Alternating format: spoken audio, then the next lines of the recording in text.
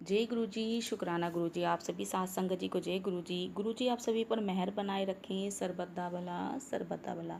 आशा करती हूँ कि आप सभी स्वस्थ और मस्त होंगे। संगत जी, आज मैं आपको पुरानी संगत श्रीमती अंजलि शर्मा जी का सत्संग सुनाने जा रही हूँ। आंटी जी बताती हैं कि अक्टूबर 2014 में उनका भाई पहली बार गुरु जी के दर्शन करने गया था और उसी ने उन्हें बताया था कि गुरुजी स्वयं शिव हैं। आगे आंटी जी कहती हैं, अपने भाई की बातों पर मुझे विश्वास नहीं हुआ। उसने बड़े ही आदर और प्रेम के साथ मुझे गुरुजी का एक छोटा सा स्वरूप भी दिखाया था। हालांकि उस समय मैं स्वरूप नहीं जानती थी, मैं फ़ोटो ही बोल रही थी। उस समय मैंने उनका वह फ़ोटो बड़े ही ध्यान से देखा, किंतु मन में श्रद्धा भाव जैसी कोई भी आदर नहीं था। संगत जी वह आगे बताती हैं, उस समय वह एक कठिनाई से गुजर रही थी। उनके पैरों के टखनों में बहुत दर्द रहता था, जिसके कारण वह रात रात भर सो नहीं पाती थी।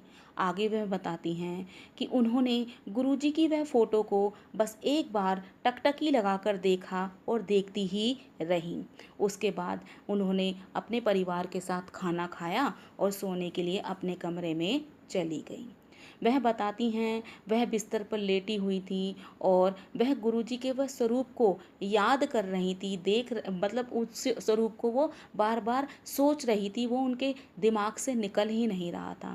कहती हैं वो कि वही सोचते सोचते अचानक उनको नींद आ गई।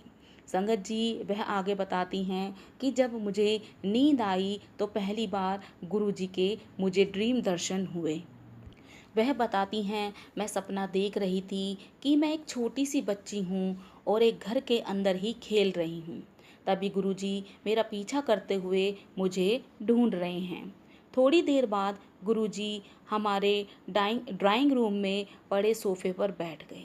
मैं कमरे के बाहर खड़ी हो गई और दरवाजे के एक कोने से छुपकर गुरुजी को देखती रही।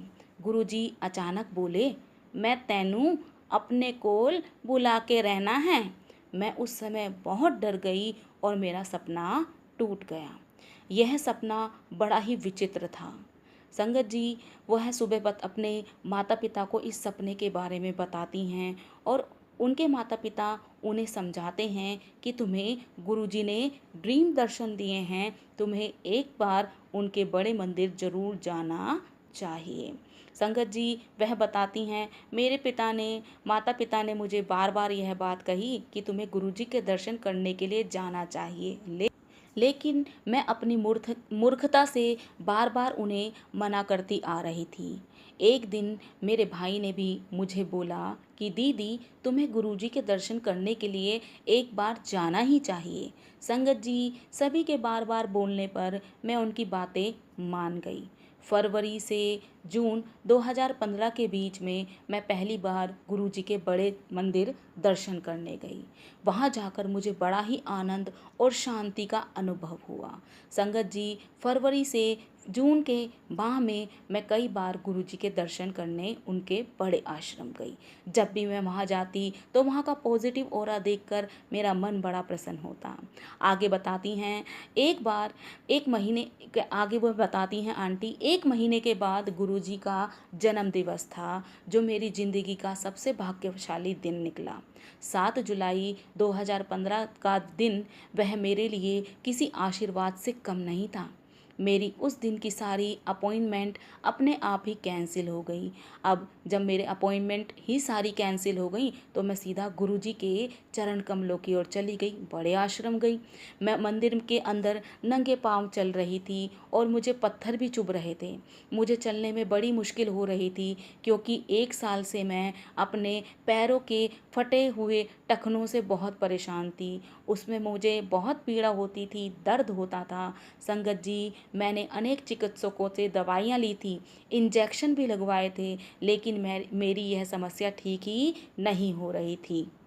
आगे आंटी जी बताती हैं, संगत जी उस दिन पहली बार मेरे मन में विचार आया कि आज गुरुजी का पावन दिन है आज उनका जन्मदिन है, वह मेरी पीड़ा को ज़रूर समाप्त कर देंगे, वह मुझे स्वस्थ कर देंगे। मैंने वहाँ दिव्य चाय और लंगर प्रसाद लिया और अपने घर वापस आ गई।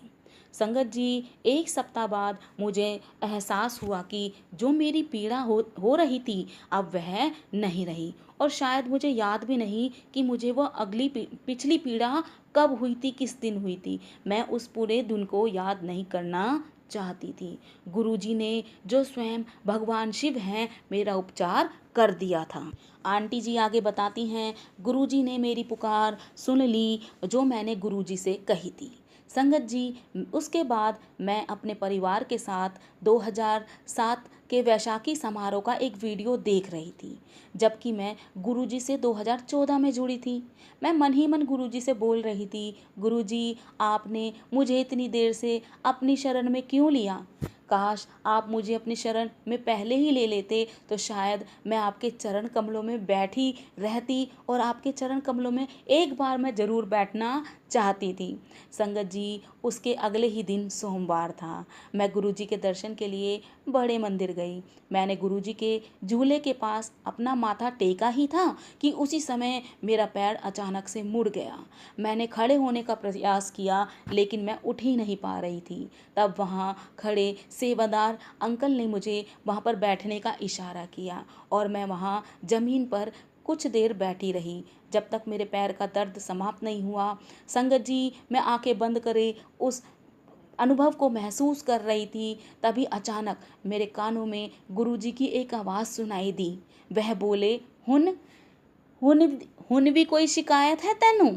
मैं वहाँ 2 मिनट तक बैठी और फिर वहाँ से उठ खड़ी हुई। मैंने चारों तरफ देखा, मुझे कोई दिखाई नहीं दिया संगत जी, मुझे सिर्फ गुरुजी की वह आवाज़ सुनाई दी, हुन भी कोई शिकायत है तेनू? मैं समझ गई, क्योंकि मैं 2007 का जब वीडियो अपने घर में देख रही थी, तब मैंने गुरुजी से यही अरदास की थी कि आपने मुझे अपने चरण कमलों में इतनी देर में क्यों लगाया? काश आप मेरे सामने साक्षात होते और मैं आपके चरण कमलों में बैठती। संगत जी, वह विश भी मेरी गुरुजी ने बहुत जल्दी पूरी कर दी।